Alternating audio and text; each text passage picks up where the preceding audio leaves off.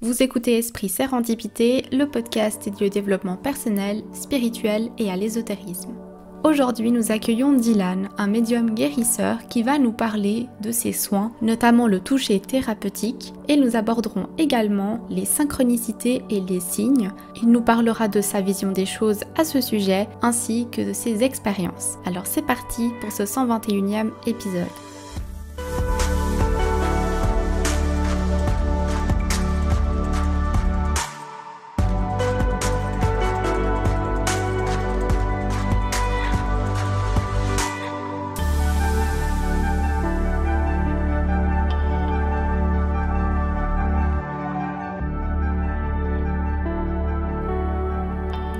Bonjour Dylan. Salut Patricia.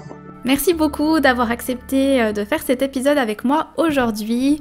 Alors, tu prodigues des soins énergétiques et aussi la transguérison. Et aujourd'hui, donc on a décidé de faire cet épisode ensemble pour parler des signes et des synchronicités notamment. Est-ce que tu pourrais peut-être commencer par te présenter, dire un peu qui tu es et parler un petit peu plus en détail de ce que tu fais pour que les auditeurs qui nous écoutent apprennent à te connaître? Alors, moi c'est Dylan Herman. Je prodigue des soins énergétiques au domicile du client, principalement à travers une méthode que l'on appelle le toucher thérapeutique. C'est un soin ayant la capacité d'agir sur plusieurs niveaux de l'être et avoir ainsi des répercussions au niveau physique, émotionnel, psychique et spirituel aussi. Ceux qui souhaitent avoir plus de connaissances à ce sujet, il y a pas mal de références sur le web. Il y a aussi des références littéraires. Tu pourras nous donner peut-être des références de sites ou de livres, je pourrais les mettre en barre de description. Volontiers, ouais. Donc ça veut dire que tu reçois des gens au cabinet ou alors tu te déplaces chez eux. En quoi ça consiste vraiment? En fait, comment ça se passe une séance? La transguérison, c'est quand même assez complexe.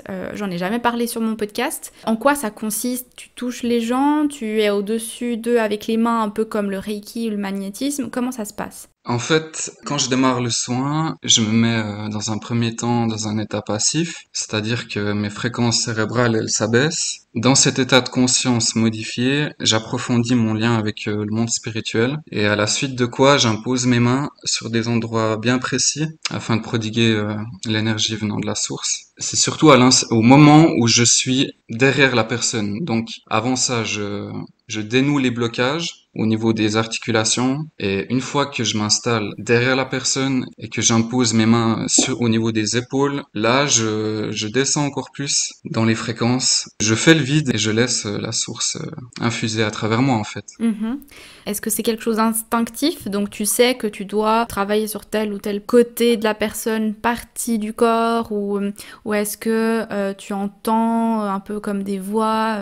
Donc, dans un premier temps, je vais vraiment aux endroits précis. Avant ça, il y a quand même comme un scannage. Avant que j'aille aux endroits, durant le scan, il se peut que je ressente déjà des endroits déséquilibrés où j'ai déjà des infos, en fait. Ça me donne, en fait, une piste et je sais que après, je peux retourner à cet endroit. Et des fois, j'ai même des douleurs sur moi qui correspondent à celles du patient. Ou alors, mais c'est moins courant, je les perçois comme des tâches sur lesquelles je dois concentrer l'énergie de guérison. Et cette méthode, je l'ai découverte un jour où j'avais de fortes migraines et l'intuition m'est venue d'apposer mes mains sur ma tête et ça a fonctionné sur moi, tout comme pour les personnes avec qui j'ai utilisé cette méthode. Il y a vraiment un protocole quand même à suivre au début et après, moi je ressens certaines choses et je reviens un peu à ma sauce, je laisse en fait ce ressenti surtout avec les tâches là. Ouais, en fait, j'utilise cette méthode si je ressens le besoin. Puis je reviens à l'endroit qui s'est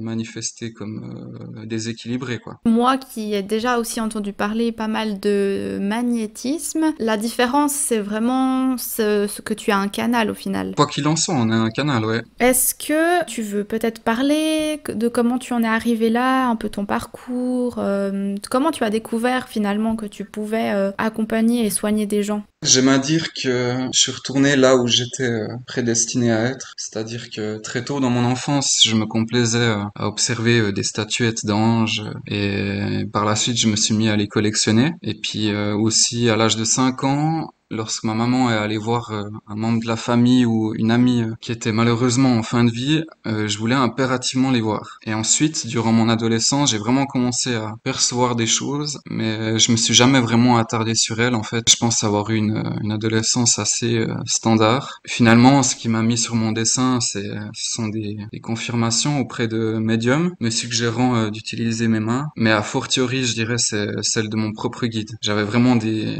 confirmations intérieures, quoi. Mais en parallèle, c'était une prise de conscience que j'étais en train de clopiner sur un chemin de vie aux antipodes de ma nature profonde. Quand tu dis des confirmations intérieures, il y a un moment, tu as dit guide. Est-ce que tu parles d'un guide? Enfin, tu vois, ça, c'est aussi quelque chose qui m'intrigue et que j'aime bien savoir qu'est-ce que les gens dans ce domaine-là en pensent. Est-ce qu'on a donc des guides et est-ce que c'est eux qui t'auraient dit ou c'est simplement ton intuition qui t'a dit ouais, ça, c'est mon chemin? Pour moi, cette intuition, elle provient d'une part de nous qui est plus élevée. En fait, c'est nous en plus élevé et c'est lui que j'appelle le guide, le moi supérieur et je travaille toujours vraiment que avec lui, quoi. Il n'y a pas forcément d'autres. Quand j'essaye de développer mes perceptions, je travaille avec lui, quoi. J'appelle pas un autre guide, quoi.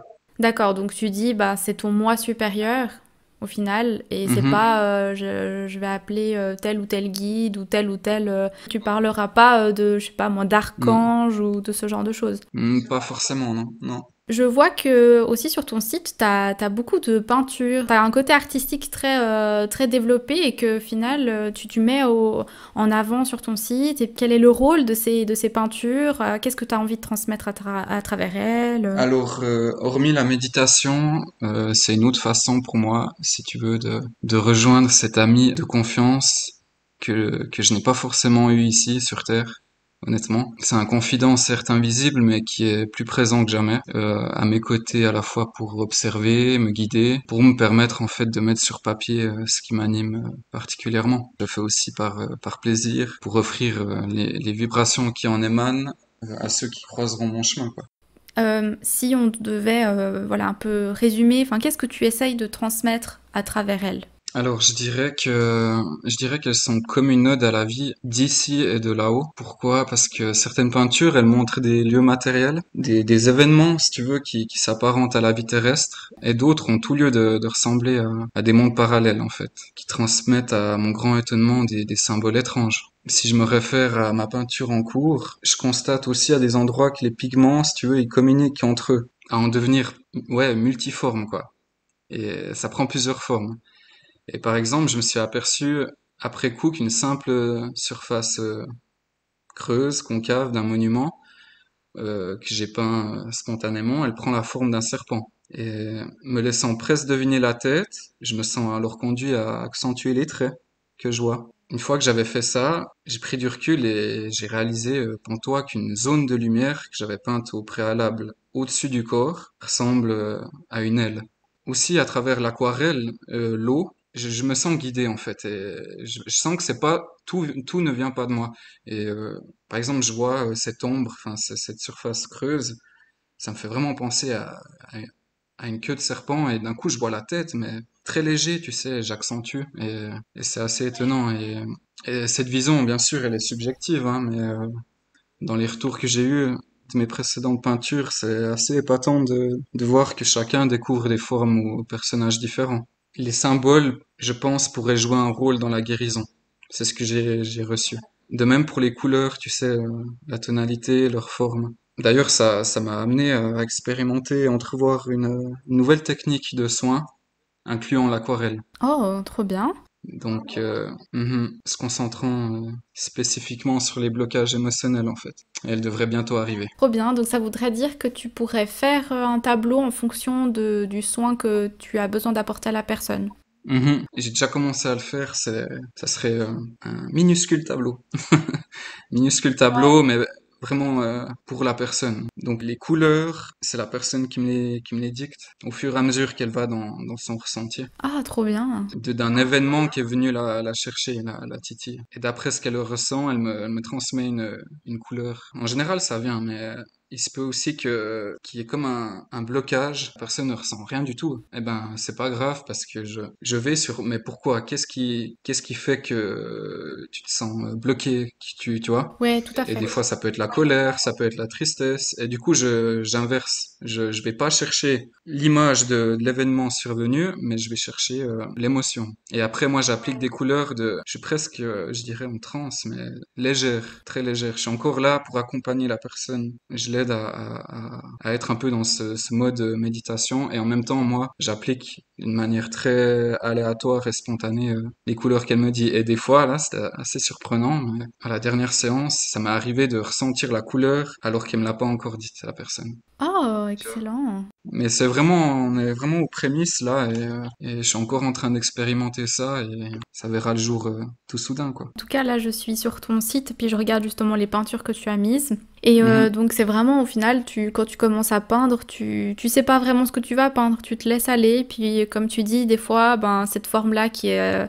on n'aurait pas dit... Enfin, au départ, c'était pas un serpent, et ben, d'un coup, ça devient un serpent parce que tu as vu la forme dedans. C'est très intuitif. J'afficherai les peintures en vidéo pour que les gens voient à quoi elles ressemblent. De toute façon, il y aura le lien de ton site internet aussi dans la barre de description que les gens pourront aller évidemment voir. Maintenant qu'on a fait un peu le tour de qui tu es, de ce que tu fais, on avait discuté justement de parler de tout ce qui est signe et synchronicité.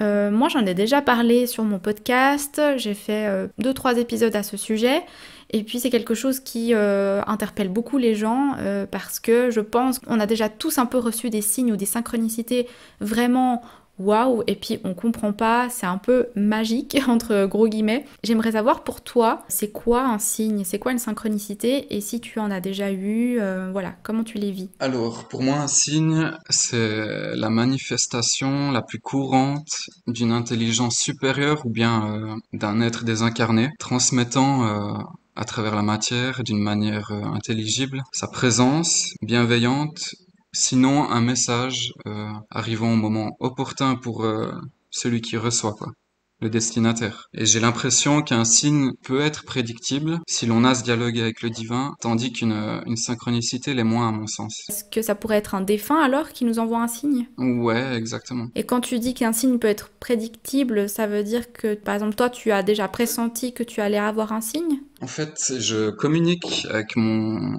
guide lors des méditations. Et il y a aussi des méditations, pardon, spécifiques pour développer ses sens. Par exemple, si je veux, enfin ça c'était surtout au début, hein, mais si je voulais avoir une confirmation, je lui demandais, peux-tu m'envoyer demain un signe pour me confirmer, tu vois? Puis c'est souvent ça qu'on apprend finalement aux gens qui reçoivent des signes et qui savent pas trop quoi en faire. C'est vraiment demander quelque chose de précis. Si, je sais pas, est-ce que je suis sur la bonne voie ou ce genre de choses. Et puis, pour toi, ça te paraît cohérent qu'on demande un signe précis, par exemple?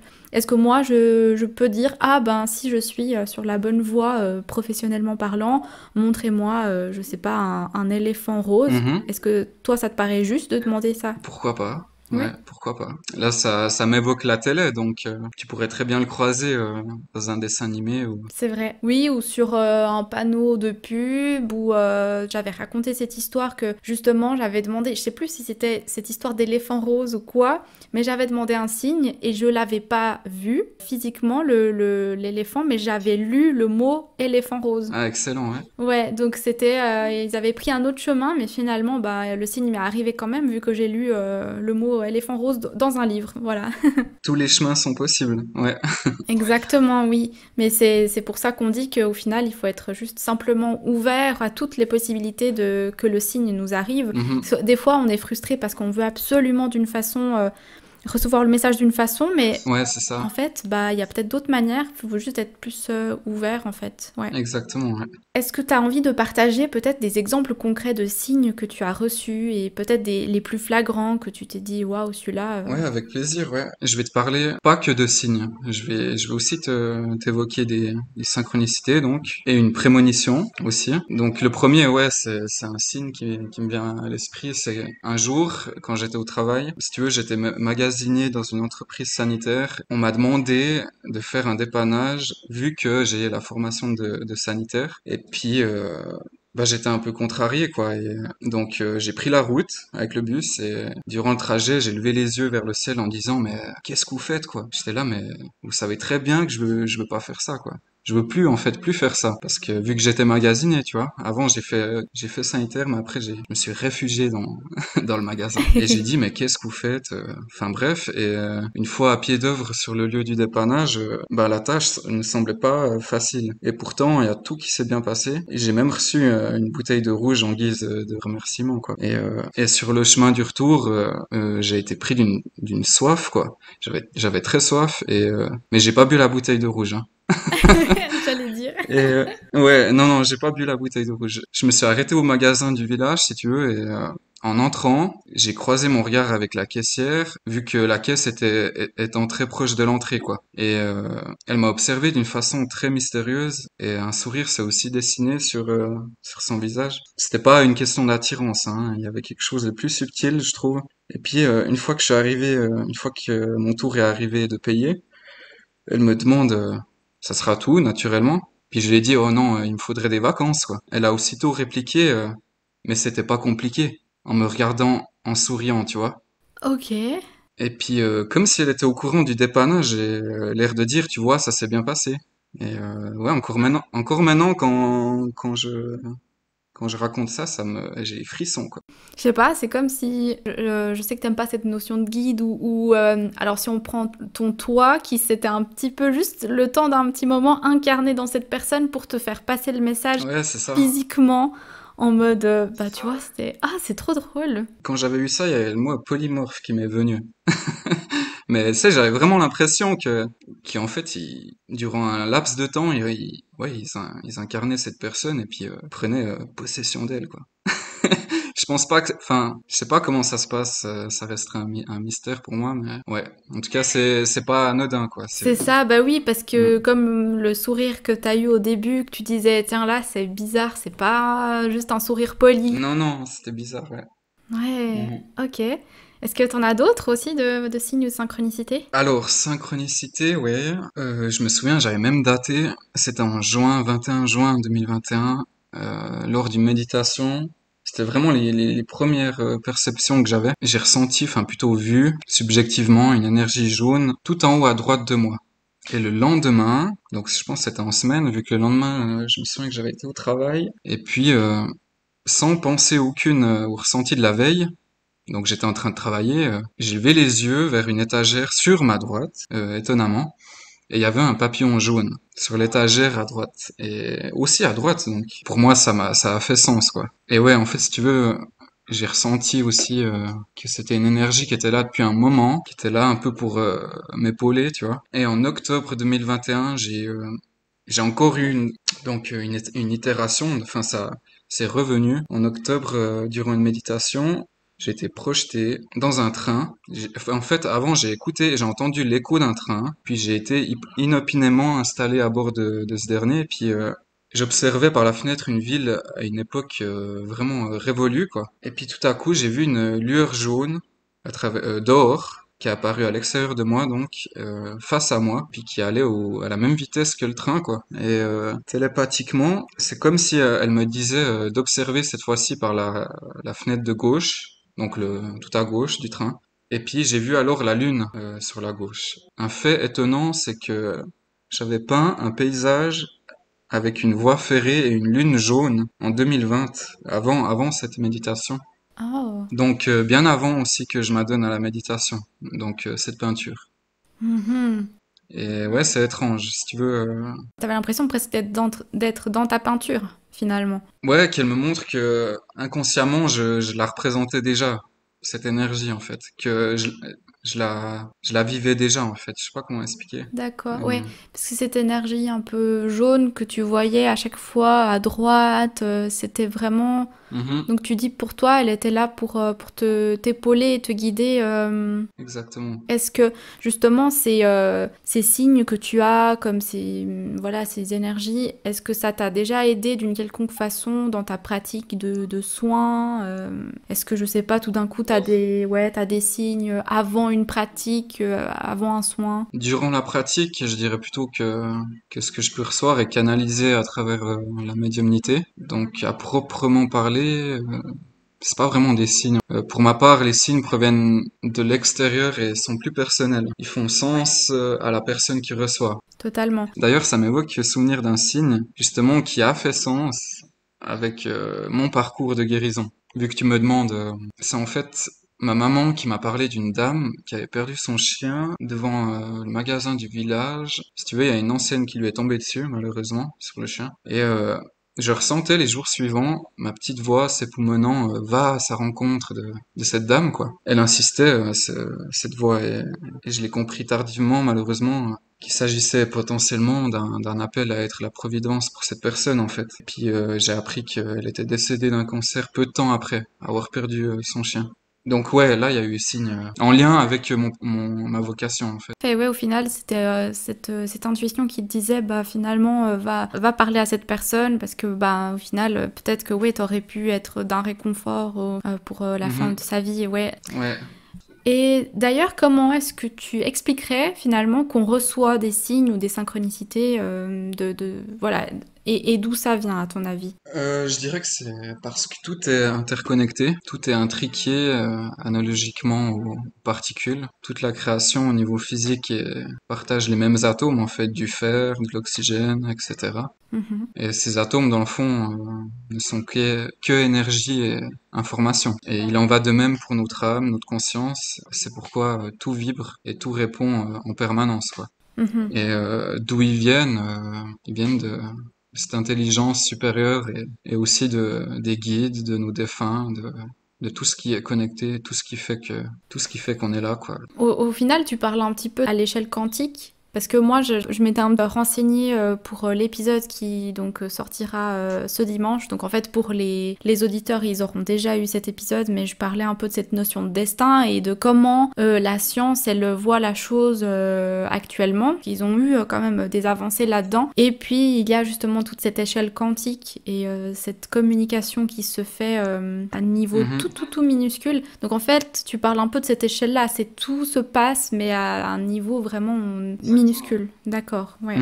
Exactement. Ça me fait revenir à comment je définis en fait la synchronicité. La synchronicité, si tu veux, pour moi c'est aussi la manifestation d'une intelligence supérieure, mais cependant je n'inclurais pas forcément les défunts. J'ai vraiment cette sensation que l'impulsion vient d'ailleurs en fait. Pour moi elle viendrait d'une source en fait omnisciente, usant de plusieurs facteurs matériels, plusieurs coursiers en fait, afin de nous délivrer un message bien particulier. Et j'y vois justement un réseau énergétique avec des circuits multiples, agissant en fait de concert pour nous envoyer différents signaux, avec en bout de route le même code, le même but, la même signification. J'y vois vraiment dans un réseau, mais dans tout, quoi. Enfin, un réseau qui nous relie. Ces synchronicités, par exemple, la science commence à se dire que tous nos futurs, au final, ils existent. C'est un peu en parallèle, et c'est nous qui sommes sur la route d'un futur précis, parce qu'on a pris la décision hier d'être là, machin, enfin bref. Et puis,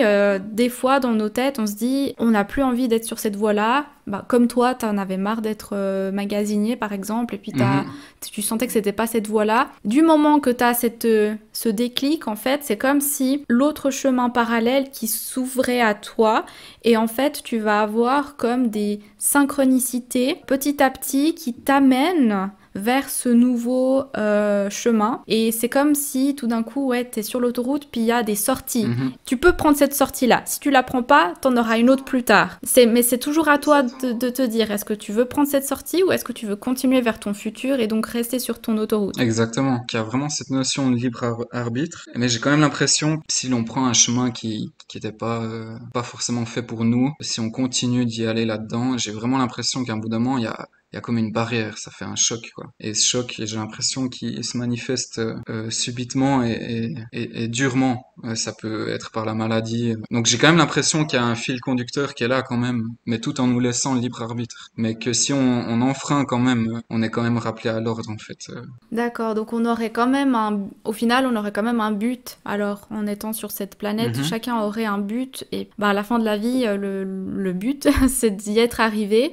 Et puis tout au long alors de ta vie, tu serais ramené d'une façon ou d'une autre là où tu es censé être ou ce que tu es censé faire, c'est ça? Ouais. Je vois ça aussi comme ça, ouais. Oui, parce que ce qui explique qu'il y a vraiment énormément de témoignages qui disent justement, bah j'étais, je sais pas, ça va surtout dans la voie professionnelle, c'est au niveau du travail, mais j'étais dans cette voie-là, puis en fait j'étais pas bien, et d'un coup, ben comme tu dis, ils tombent malades ou ils font un burn-out ou n'importe quoi, et ils se disent en fait là j'ai eu un déclic et maintenant je fais ce que je sais, ce que je suis censée faire. Et c'est fou, c'est vrai que ça donne justement, tu dis ouais j'ai un libre arbitre, mais en même temps, pourquoi est-ce que je suis ici? Parce que c'est vrai que ce serait tellement plus simple si tu arrives sur cette terre et tu dis ah moi je sais quelle est ma mission. Forcément après bah tu peux y aller, tu peux suivre toutes ces synchronicités de façon légère parce que tu sais que tu vas là où tu dois aller et puis Voilà, ouais. c'est difficile hein, finalement de savoir où est-ce qu'on est censé. Ah, c'est pas aisé, non. Mais c'est pour ça qu'en fait, de plus en plus, j'essaye d'être focus sur mon objectif, en fait. Avant, je pensais pas comme ça, je me laissais vivre. Mais attention, on peut être focus tout en se laissant, tout en étant dans la joie, et en se laissant porter, hein. C'est pas ça que je dis, mais ce que je veux dire, c'est vraiment une conscience que y a quand même, on n'est pas là pour rien, quoi. Et ouais, il faut quand même avoir une ligne de conduite, je dirais. Est-ce que, donc pour toi, ce serait ça, le rôle des signes et des synchronicités? Ça serait de nous guider vers au final notre but dans la vie?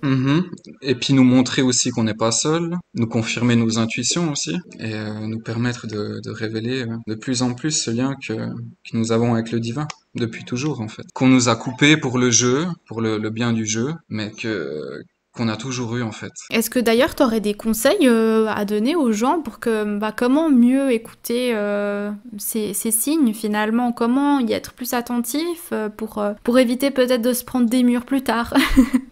En fait, ce qui s'est avéré utile pour moi et révélateur au tout début de mon développement et qui pourrait donc servir pour les autres, c'est de mettre sur papier en mode journal, daté, ce qu'on reçoit, ce qu'on perçoit, mais sans pour autant faire le détective en recherchant à tout prix à comprendre, tu vois. Ouais. Comprendre dans l'instant. Généralement, s'il y a compréhension à avoir derrière un signe, je pense qu'elle se manifeste de manière spontanée. Or, il se peut aussi qu'une compréhension, elle vienne, une compréhension plus profonde survienne plus tard. Si justement elle vient plus tard, le fait d'avoir consigné les messages reçus, ben ça nous permet ça permet une conscientisation accrue. Ok, donc pour toi, ça serait de les écrire, de les avoir dans un petit journal avec une date, et puis peut-être de noter ses ressentis sur le moment, par exemple, ah bah j'ai pas compris, Exactement. ou bien dire ah j'ai ressenti ça, j'ai ressenti, je sais pas, de la peur, ou j'ai ressenti que bah j'étais sur le bon chemin, ou que ouais ça c'est clairement une bonne idée. Et puis oui, parce qu'au final, ça peut être aussi intéressant de se dire tiens c'est drôle, mais à cette période-là, je voyais beaucoup de, je sais pas, papillons bleus, puis de voir un petit peu la récurrence des signes et de plus tard d'avoir leur signification et de comprendre par après, ça doit être quand même quelque chose de... Enfin moi je sais que ça, il y avait à un moment je voyais beaucoup de chiffres, par exemple 333 ou 777, je sais qu'à un moment de ma vie où j'allais justement faire un peu une bifurcation, en fait, j'ai l'impression qu'à chaque fois que je faisais une sorte de bifurcation dans ma vie, j'avais plein de signes. Et par exemple, là, j'ai l'impression que j'en ai plus trop, mais parce que c'est comme si j'ai l'impression d'être sur la route pour l'instant et de... Ouais, exactement. J'ai rien à faire pour l'instant, juste me laisser porter, et puis à un moment, il y aura bien un moment où il faudra... que je fasse un truc. Mais oui, ça, c'était flagrant, ça, c'était de tous les sens. Enfin, à un moment, j'étais là, oui, j'ai compris. Enfin, vraiment, j'étais assaillie de signes. Je sais que dans ma vie professionnelle, ça avait été, plein de fois le chiffre 7, partout. Et puis, c'était aussi dans ma vie sentimentale aussi, je crois que c'était le chiffre 3 à un moment, je sais plus. Et il y avait plein de signes. Et là aussi, j'étais en train de faire une énorme bifurcation. Donc je pense que oui, ça c'est clairement, je te rejoins clairement sur le fait que c'est des indicateurs sur le chemin qu'on est en train de prendre, ou peut-être nous avertir qu'il y a un changement qui est en train de se produire. Exactement. Et je dirais aussi que, parce que moi aussi ça m'est arrivé, genre je n'avais plus de signes. Comme tu dis, hein, il y a des moments où on a l'impression qu'on n'a rien, mais ce que je ressens c'est que vraiment, en tout cas moi quand je notais tout, quand j'étais vraiment à fond là-dedans, dans le dialogue avec eux, eh ben c'est bien, oui c'est bien, mais c'est aussi bien d'être enraciné, de vivre ce qu'on a à vivre dans la matière, tu vois. Donc, j'ai l'impression que c'est tout aussi bien de moins avoir d'infos, moins de dialogue, tu vois. Et à tout moment, si t'as envie d'avoir de nouveau ce dialogue de manière plus fréquente, tu dialogues, tu notes, tu vois. Tu reprends Ouais, ouais. contact. C'est génial. Je te rejoins parce que quand j'avais ces changements dans ma vie, j'allais souvent vers mes oracles, vers mon tarot, parce que j'avais envie d'avoir cette communication, j'avais envie qu'on m'aide, qu'on me guide, j'avais envie de comprendre. Et puis là, ça fait des mois que je les touche plus. Et j'en ressens pas le besoin. Et des fois, je culpabilise même en me disant pourquoi j'ai laissé ça alors que ça m'intéresse toujours. Mais en fait, je suis bien enracinée pour l'instant, je suis bien. Et quand j'aurai de nouveaux besoins, de signes, de guidance, et ben, je retournerai vers eux. Et puis en attendant, bah, s'ils ont envie de me contacter d'une certaine façon, bah, je suis ouverte, hein, c'est sûr. Mais de toute manière, si j'ai l'impression, si tu commences à bifurquer, ça rejoint un peu ce que je parlais avant, si tu commences à bifurquer, comme moi, je donne un exemple, ces derniers temps, au lieu de peindre, par exemple, ça m'arrive de jouer. Jouer aux jeux vidéo, tu vois. Ouais. Un jour où j'ai un peu trop joué à mon goût, je ressentais pas forcément que je jouais trop, mais je jouais trop, tu vois, je veux dire. Et puis, au-dessus de ma télé, un moment, alors que j'étais en pleine partie, j'ai vu comme des formes géométriques lumineuses. Comment ça s'appelle cette étoile-là? Il y a une étoile, l'étoile de David ou un nom? Oui. Mais en tout cas, j'ai tout de suite compris qu'il y a un truc qui s'est passé là. On a voulu me dire, non mais, eh oh, va peindre, développe ton cabinet, ou tu vois. Ouais, c'est genre, t'as assez fait là, t'as assez joué, maintenant retourne. Ouais, exactement. C'est bien, des fois, ils nous remettent un peu sur le chemin. Bah, d'ailleurs, ça m'amène quand même, tu vois, à la question de comment est-ce qu'on peut éviter de voir des signes partout, des significations partout, parce que autant là, on arrive encore à se dire, bon, il n'y a pas de signes, ça va très bien, mais des fois, quand il y en a trop, eh ben, on a l'impression de se dire, est-ce que ça vient de ma tête ? Comment ne pas surinterpréter, tu vois ? Ouais.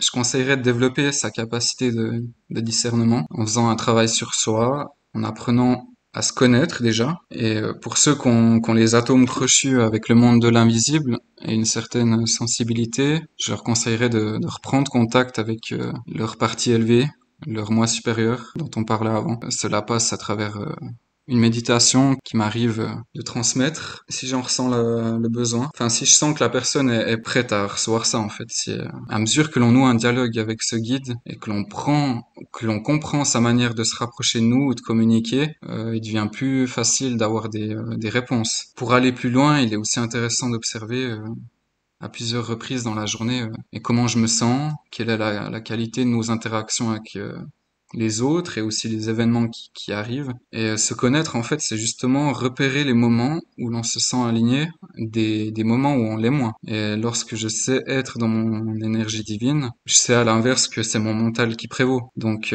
dans ce cas, je vais voir des signes partout. Enfin, je ne vais pas voir des signes partout. Et mon esprit critique est présent, en fait, tu vois. Là, il faudrait au final savoir qu'on est bien aligné à son énergie divine, comme tu disais. Comment on peut le ressentir ? C'est qu'on se sent bien, on se sent... Je pense que c'est difficile à expliquer parce qu'en même temps, je comprends ce que tu veux dire. Et en même temps, si on veut mettre des mots dessus, je saurais pas...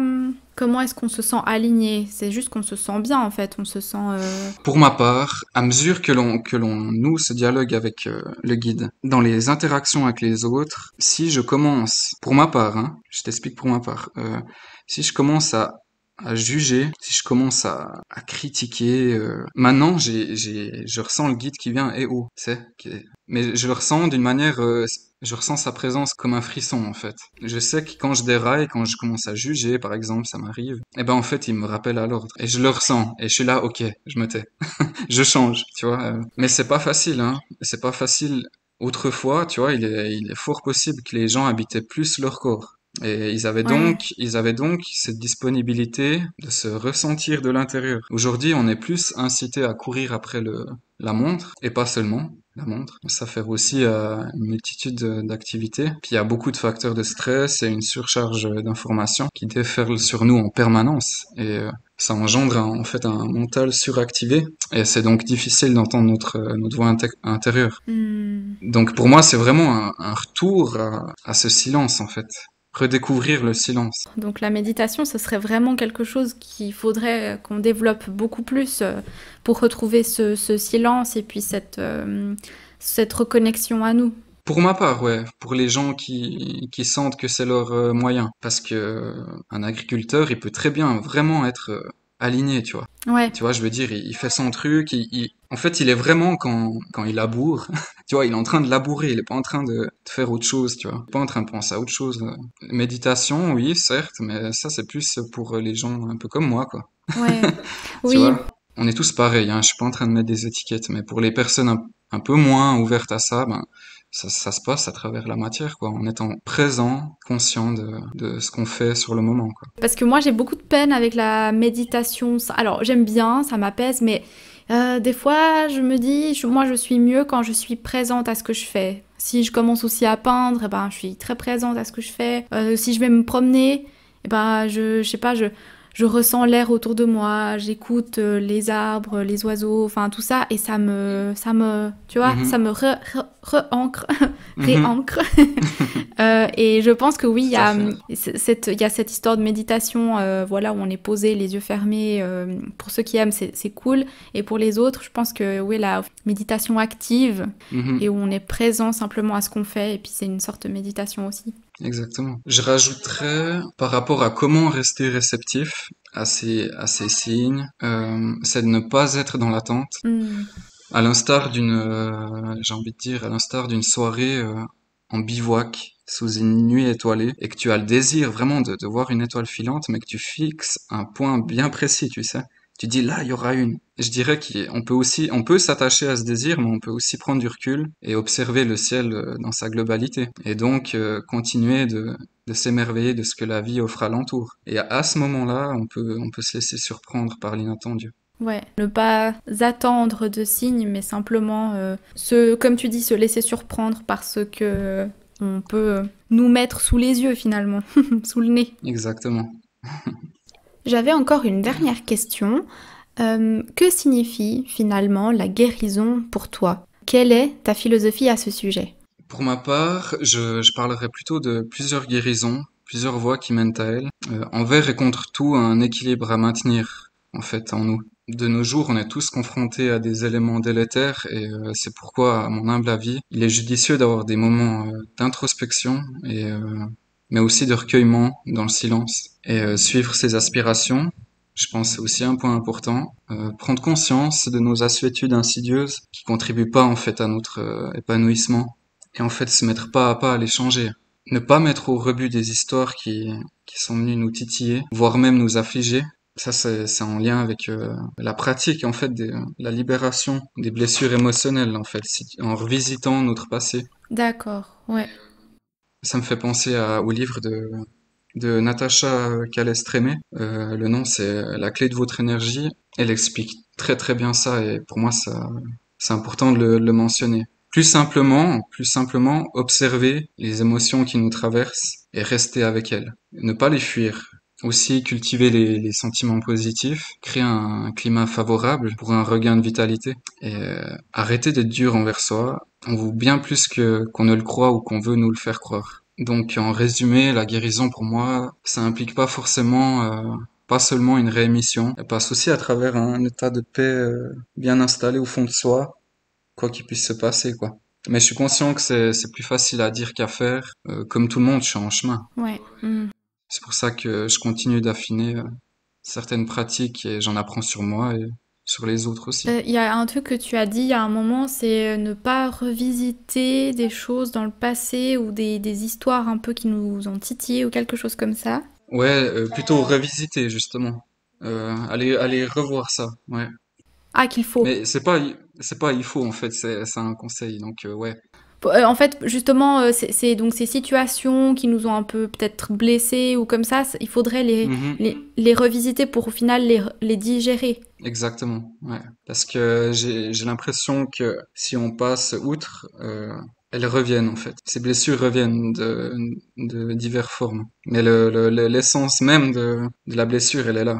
Évidemment, Mhm. non, mais au final, c'est comme une vraie blessure physique. Si tu la soignes pas, ben elle va enfin la plaie va s'ouvrir à nouveau. Et puis, Voilà, ouais. bah, le but c'est, oui, ça Mhm. fait peut-être mal de mettre de l'alcool dessus, mais il faut le faire pour que ça guérisse, quoi. Mhm. Mais je le vois aussi comme un cadeau. C'est un cadeau Bah, au aussi. final, ça nous apprend toujours quelque chose.